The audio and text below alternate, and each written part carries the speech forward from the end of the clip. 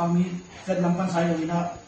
ako ko hilai pan sang ka suan inani Jesu Christ ani mi khen tu zat tu da ka za maslam pe masai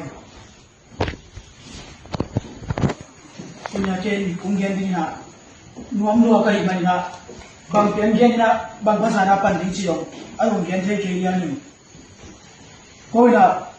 ba mat ka hi una asidi ina namet na ni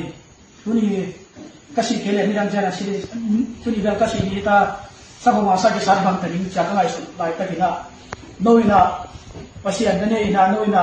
inna ne ina ko na ga lui ma ta nga bo le lo ina chu chang nong ti ji hi da ina nungin na teo ko te tong nungin na teo nungba ke sa puna ko kom na ram wa mi pi te na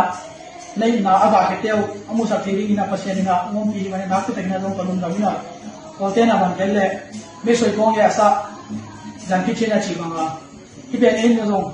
mai la ma itang thu ge la ke pat na ri dong ni na i ben aji gaw the din te lo ki hi lo ina ami dang ki hi lo fa mung te bang bang le dong fa le te bang bang ko pi le pan sa ma kham te bang aji bang te kom ami na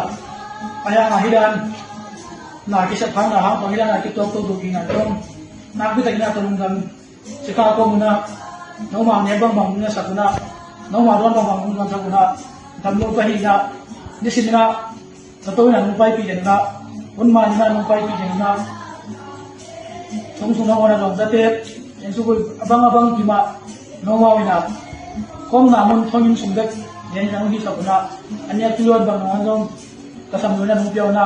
nagawo hi ma ta le minam tunga indani nei na hau na nakita dina ka lundam to sa ina na kitchen na dong lag no hi utin to sa ina dong kitchen ro to no ba na dong kitchen ka keu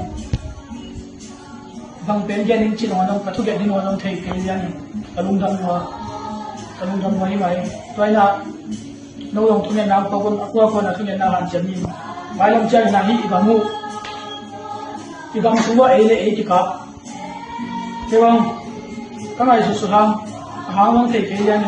bang ki chi bang hang to mi hel tho su la mi get tho na hang ele e ka mo chi long mai la ma hi abe na din na dong pasian ila ina e dong